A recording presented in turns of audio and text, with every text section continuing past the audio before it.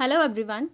तो स्टूडेंट्स, आज के इस वीडियो लेक्चर में हम डिस्कस करने वाले हैं प्रिपरेशन ऑफ कोलॉइड्स। तो यहाँ पर आपको 3 मेथड्स पढ़ने हैं, मेजर 3 मेथड्स हैं, ठीक है। अब जब भी प्रिपरेशन ऑफ कोलॉइड्स की बात आती है स्टूडेंट्स, तो these are studied specially for the lyophobic colloids. ऐसा क्यों? लायोफोबिक कोलॉइड्स में हमने पढ़ा था कि there is no good interaction between dispersed phase and dispersion medium, ठीक है। They are solvent hating colloids. तो जब ऐसा चीज़ होगी तो यहीं पर आपको मेथड्स की ज़रूरत पड़ेगी कि कैसे हम एक अच्छा कोलॉइड बना सकते हैं।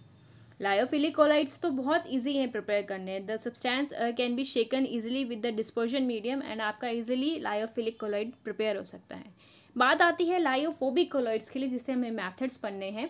तो पहला मेथड है आपका यहाँ पर केमिकल मेथड, जिसे आप कंडेंसेशन या फिर एग्रीगेशन मेथड्स भी कह सकते हैं। अब यहाँ पर कंडेंसेशन और एग्रीगेशन मेथड्स क्यों कह रहे हैं हम?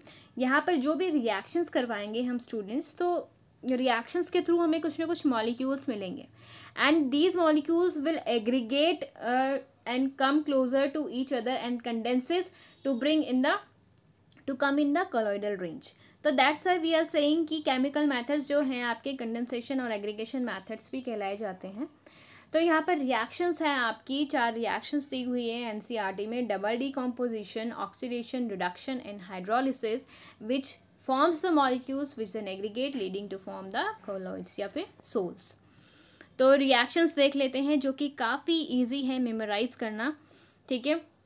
डबल डीकम्पोजिशन में क्या हो रहा है? अगर आपने 2 कंपाउंड्स लिए हैं, यहाँ पर आर्सेनिक का ऑक्साइड और हाइड्रोजन सल्फाइड आपने लिया है, तो दोनों ही डिकम्पोज होकर आपको आयंस एक्सचेंज होंगे यहाँ पर, and that's why we are saying कि it is a double decomposition reaction. अब प्रोडक्ट लिखने के लिए आपको वैलेंसीज के बारे में पता होना चाहिए, जो कि आपको क्लियर दिख रही है यहाँ पर। आर्सेनिक जो है +3 ऑक्सीडेशन स्टेट पर है एंड ऑक्सीजन -2, हाइड्रोजन +1 पर है एंड सल्फर आपका -2 ऑक्सीडेशन स्टेट पर। अब जो आर्सेनिक है वो सल्फर के साथ जाकर कंबाइन कर जाएगा and you will get arsenic trisulphide as a sol, AS2S3 का आपको सोल मिल जाएगा एंड हाइड्रोजन आपका ऑक्सीजन के साथ जाकर वाटर का मॉलिक्यूल आपको दे देगा। रेस्ट आपको रिएक्शन को बैलेंस करना है, which you can do very well. तो ये कंप्लीट होती है आपकी डबल डीकम्पोजिशन का एग्जाम्पल। सेकंड है आपका ऑक्सीडेशन। ऑक्सीडेशन मेथड से आप प्रिपेयर कर रहे हैं सल्फर का सोल, इस बात को माइंड में रखेंगे। अब सल्फर के सोल को प्रिपेयर करने के लिए आपने रिएक्टेंट्स क्या लिए हैं? सल्फर डाइऑक्साइड लिया है एंड दोबारा से हाइड्रोजन सल्फाइड ले लिया आपने, ठीक है। अब अगर ऑक्सीडेशन हम कह रहे हैं तो ऑक्सीडेशन का मतलब होता है लॉस ऑफ इलेक्ट्रॉन। अब यहाँ पर सल्फर को आप चेक करेंगे, सल्फर आपका यहाँ पर रिएक्टेंट साइड पर -2 ऑक्सीडेशन स्टेट पर है हाइड्रोजन सल्फाइड में, एंड यहाँ पर प्रोडक्ट साइड पर 0 ऑक्सीडेशन स्टेट पर है। दैट मीन्स आपका ऑक्सीडेशन नंबर जो है वो इंक्रीज कर गया। ऑक्सीडेशन नंबर इंक्रीज किया, दैट इज़ -2 से 0 पॉजिटिव की तरफ जा रहा है, दो कहीं ना कहीं इलेक्ट्रॉन्स लूज हुए होंगे and loss of electron is known as oxidation. तो यहाँ पर इस मेथड को आप ऑक्सीडेशन मेथड कह रहे हैं, through which you are preparing the sol of sulphur. Rest जो है आपका हाइड्रोजन जो है ऑक्सीजन के साथ रिएक्ट करके आपको वाटर का मॉलिक्यूल देगा एंड सल्फर को बैलेंस करने के लिए आप इजीली रिएक्शन को बैलेंस कर सकते हैं। तो आपके एटम्स भी सारे के सारे बैलेंस हो जाएंगे। प्रोडक्ट में आपको सल्फर का सोल और वाटर का मॉलिक्यूल मिल रहा है। क्लियर हो गई बात? थर्ड मेथड है आपका हाइड्रोलिसिस मेथड, जिसमें आप FeCl3 आयरन का सॉल्ट ले रहे हैं, एक वाटर में उसको डिसॉल्व कर रहे हैं, तो you are getting the ferrous hydroxide, iron का हाइड्रोक्साइड मिल रहा है आपको, ठीक है। आयरन का हाइड्रोक्साइड इजीली मिल जाएगा FeCl3 को वाटर में डिसॉल्व करके, एंड रेस्ट आपका हाइड्रोजन क्लोरीन के साथ रिएक्ट करके आपको HCl का मॉलिक्यूल दे देगा। Rest you can balance the reaction. Clear हो गई बात? लास्ट मेथड है आपका रिडक्शन मेथड। रिडक्शन मेथड से आप गोल्ड का सोल यहाँ पर प्रिपेयर कर रहे हैं, ठीक है। गोल्ड का सोल प्रिपेयर कर रहे हैं तो कहीं ना कहीं गोल्ड की आपकी रिडक्शन हो रही होगी, तो उसे चेक करते हैं। हमने रिएक्टेंट्स में आपका ले लिया AuCl3, साथ में फॉर्मल्डिहाइड, HCHO को आप फॉर्मल्डिहाइड कहते हैं, एंड वाटर का मॉलिक्यूल, ठीक है। अब यहाँ पर जो गोल्ड है वो +3 ऑक्सीडेशन स्टेट पर है एंड प्रोडक्ट साइड पर आप देखेंगे प्योर आपका एलिमेंटल फॉर्म में तो 0 ऑक्सीडेशन स्टेट पर है, +3 से 0 जा रही है। दैट मीन्स कहीं ना कहीं ये यहाँ पर गेन ऑफ इलेक्ट्रॉन हो रहा होगा, ऑक्सीडेशन नंबर आपका डिक्रीज कर रहा है। Gain of electron is known as reduction, तो ये आपका रिडक्शन मेथड हो गया। ठीक है, साथ में आपको ये फॉर्मल्डिहाइड ऑक्सीडाइज होकर फॉर्मिक एसिड देगा HCOOH, एंड रेस्ट आपके पास क्या क्या बच रहा है यहाँ पर, हाइड्रोजन जो है वो क्लोरीन के साथ जाकर HCl का मॉलिक्यूल दे देगा। क्लियर हो गई बात। तो इस तरीके से आप प्रोडक्ट्स को लिखेंगे रिएक्टेंट्स को देखते हुए, and rest you can balance the atoms very easily. तो ये 4 आपके केमिकल मेथड्स हो गए। क्लियर हो गई बात। नेक्स्ट आता है आपका जो कि काफ़ी इम्पॉर्टेंट है, वो है आपका इलेक्ट्रिकल डिसइंटीग्रेशन मेथड, या फिर आप उसे ब्रेडिग्स आर्क मेथड भी कहते हैं। इलेक्ट्रिकल डिसइंटीग्रेशन से नाम से ही समझ आ रहा है कि कहीं यहाँ पर कुछ ना कुछ टूट रहा है। ठीक है, एंड इलेक्ट्रिकल कहीं ना कहीं इलेक्ट्रिसिटी की यूज़ किया जा रहा है। तो यहाँ पर सबसे पहले ये चीज़ माइंड में बिठा लेंगे कि this method is use for the preparation of metal colloids. ठीक है, मेटल के या फिर सॉलिड सोल्स प्रिपेयर करने के लिए ये यूज़ होता है। मोस्टली आपके जो नोबल मेटल्स होते हैं, गोल्ड, सिल्वर या फिर प्लेटिनम के आप सोल्स इससे इजीली प्रिपेयर कर सकते हैं। So this method involves dispersion as well as condensation. अब डिस्पर्जन एंड कंडेंसेशन कैसे हो रहा है यहाँ पर आपको समझ आ जाएगा। सबसे पहले एपरेटस देख लेते हैं हमारे पास क्या है। यहाँ पर आपने क्या लिया, एक कंटेनर लिया, कंटेनर में आपके पास एक डिस्पर्जन मीडियम है। फॉर एग्जांपल डिस्पर्जन मीडियम यहाँ पर आप वाटर ले रहे हैं। आप देख रहे हैं सामने 2 इलेक्ट्रोड्स हैं। ये 2 इलेक्ट्रोड्स उसी मेटल के होने चाहिए जिसका आपको सोल प्रिपेयर करना है। फॉर एग्जाम्पल अगर गोल्ड का सोल प्रिपेयर कर रहे हैं तो ये आपके दोनों इलेक्ट्रोड्स गोल्ड के होंगे। ठीक है, नेक्स्ट आप एक और कंटेनर यहाँ पर देख रहे हैं बाहर से। इस कंटेनर में आपने आइस क्यूब्स भर दिए। ठीक है, आइस क्यूब्स आपने फिल करी हुई है बाहर वाले कंटेनर में। क्लियर हो गई बात।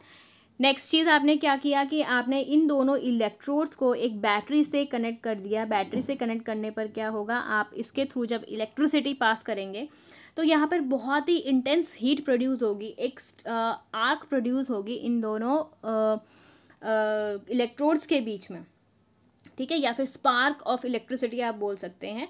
तो स्पार्क प्रोड्यूस होने से इतनी हीट प्रोड्यूस होती है कि ये जो इलेक्ट्रोड्स के एटम्स होंगे वो वेपराइज हो जाएंगे।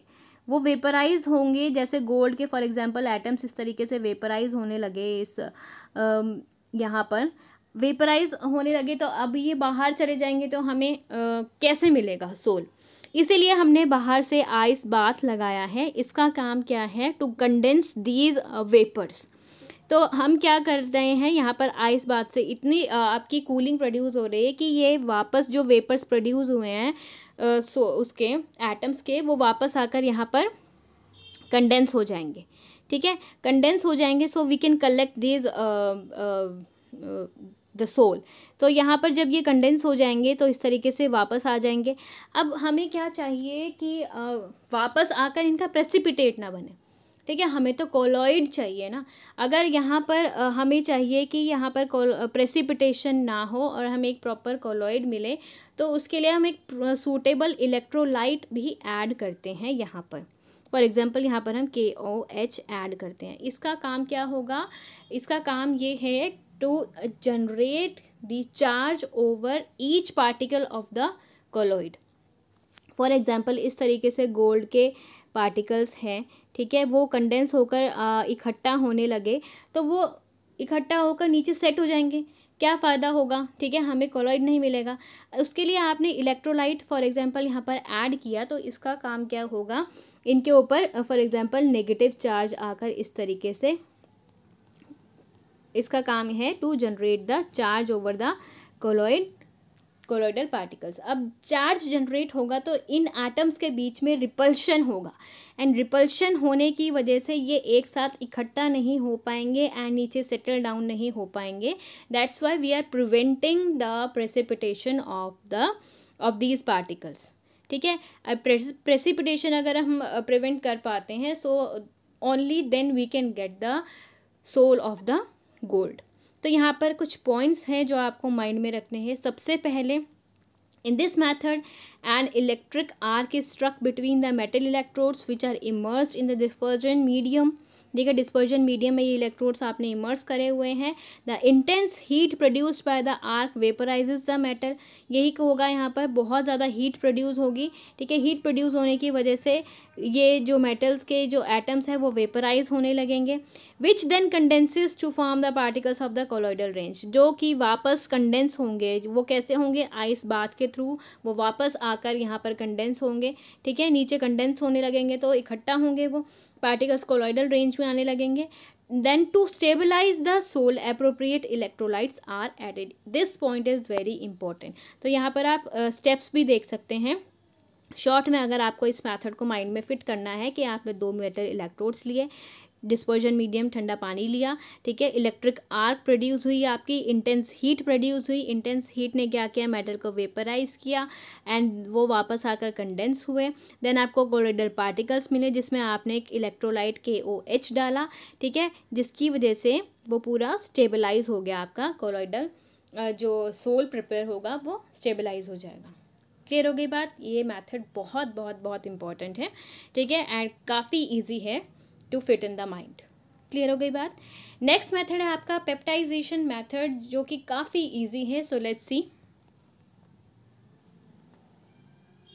पेप्टाइजेशन मेथड को आप दोबारा से डिसइंटीग्रेशन मेथड कह रहे हैं। ऐसा क्यों कह रहे हैं हम? इसमें हम क्या करते हैं, नाम से ही समझ आ रहा है, फ्रेशली प्रिपेयर्ड हम PPT लेते हैं। इसमें कुछ भी नहीं करना, बहुत ही इजी है। फ्रेशली प्रिपेयर्ड आपने PPT लेना है एंड सूटेबल आपको डिस्पर्जन मीडियम लेना है, उसमें एक इलेक्ट्रोलाइट ऐड कर देना है।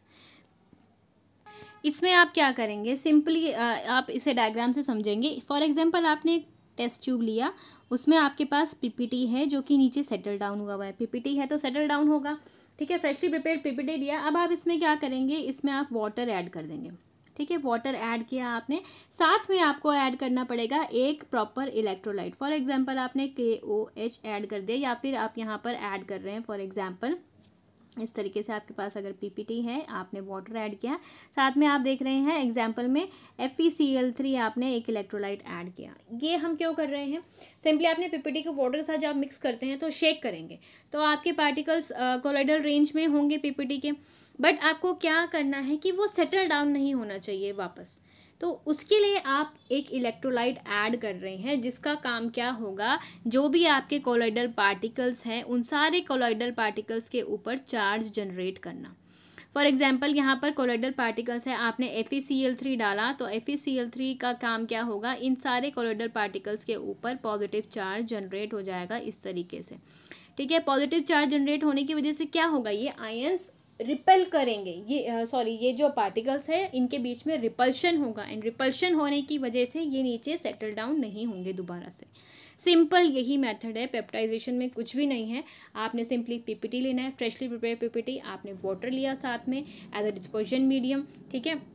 डिस्पर्स फेज आपका PPT हो गया, डिस्पर्जन मीडियम आपका वाटर हो गया, एंड आपने एक इलेक्ट्रोलाइट ऐड किया to stabilise the colloidal sol. तो आप पॉइंट्स में इन चीज़ों को लिखेंगे, मेमोराइज हो जाएगा आपको। The process of converting the freshly prepared precipitate into colloidal form by the addition of suitable electrolyte is called peptisation. Cause of peptization is the adsorption of the ions of the electrolyte by the particles of the precipitate. Precipitate के जो particles हैं उनके ऊपर जो है जो electrolyte के ions थे वो एब्जॉर्ब हो गए, जिसकी वजह से चार्ज जनरेट हुआ। The electrolyte use for this purpose is called peptising agent, या फिर स्टेबलाइजिंग एजेंट बोलेंगे, जो भी आप इलेक्ट्रोलाइट आप यूज़ करते हैं, ठीक है। तो पूछ सकते हैं कि what is peptising agent, the electrolyte which is added to stabilise the colloidal sol is called peptising agent. Clear हो गई बात? And the important peptising agents आपके पास जो है वो शुगर है, गम है, जेलेटिन है, एंड काफ़ी सारे इलेक्ट्रोलाइट्स हैं। आप यहाँ पर देखेंगे फॉर एग्जांपल ये आपका फ्रेशली प्रिपेयर्ड आपका प्रेसिपिटेट था, पिक्चर से समझेंगे, ठीक है, जो कि आयरन का एक हाइड्रोक्साइड है, उसके ऊपर आपने FeCl3 डाला एज इलेक्ट्रोलाइट। तो इन सारे पार्टिकल्स, बहुत सारे पार्टिकल्स होंगे इसी तरीके से Fe होल ब्रैकेट OH3 के, तो इन सारे पार्टिकल्स के ऊपर क्या हो रहा है, FeCl3 डालने से पॉजिटिव चार्ज जनरेट हो रहा है, जिसकी वजह से सारे पार्टिकल्स के बीच में रिपल्शन हो रही है, ये वापस नीचे सेटल डाउन नहीं हो रहे हैं, एंड आपको एक अच्छा कोलॉइडल सोल बनकर मिल रहा है। तो काफ़ी इजी है peptising agent, and it is also known as disintegration method. यहाँ पर भी आप क्या कर रहे हैं, प्रेसिपिटेट जो है आपको उससे डिसइंटीग्रेट कर रहे हैं एक तरीके से, उसके ऊपर चार्ज जनरेट कर रहे हैं. So that's why it is come under the type of disintegration method. तो ये आपके 3 मेथड्स थे जो कि काफ़ी इजी हैं. सो अपनी नेक्स्ट वीडियो में हम डिस्कस करेंगे methods for the purification of the colloids. Till then make your short notes students, and all the best.